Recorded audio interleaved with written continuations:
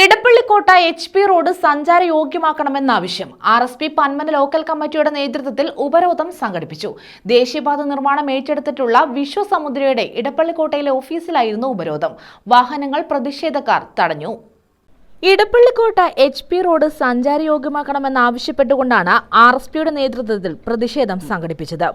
ദേശീയപാതയുടെ നിർമ്മാണം ഏറ്റെടുത്തിട്ടുള്ള വിശ്വസമുദ്രയുടെ ഇടപ്പള്ളിക്കോട്ടയിലെ ഓഫീസിലായിരുന്നു പ്രതിഷേധം സംഘടിപ്പിച്ചത്. വിശ്വസമുദ്രയുടെ വാഹനങ്ങൾ തടഞ്ഞുകൊണ്ടായിരുന്നു RSP പന്മന ലോക്കൽ കമ്മിറ്റിയുടെ നേതൃത്വത്തിൽ ഉപരോധം സംഘടിപ്പിച്ചത്. കോക്കാട്ട് റഹീം, ഉണ്ണികൃഷ്ണൻ, പാലോട്ട് രമേശ് ബാബു, HA ലത്തീഫ്, ചന്ദ്രശേഖരൻ, ഷിലു, മനോജ് മോൻ, ഷീല, മെമ്പർമാരായ സുകന്യ, സൂറത്ത് സക്കീർ, ഷജീർ ഷാ, ബാലകൃഷ്ണപിള്ള, മനോജ്, മുഹമ്മദ് കുഞ്ഞ്, രാജസേനൻ, കുമാർ, സാലു, ആനന്ദൻ, താജ് പോരൂക്കര തുടങ്ങിയവർ നേതൃത്വം നൽകി.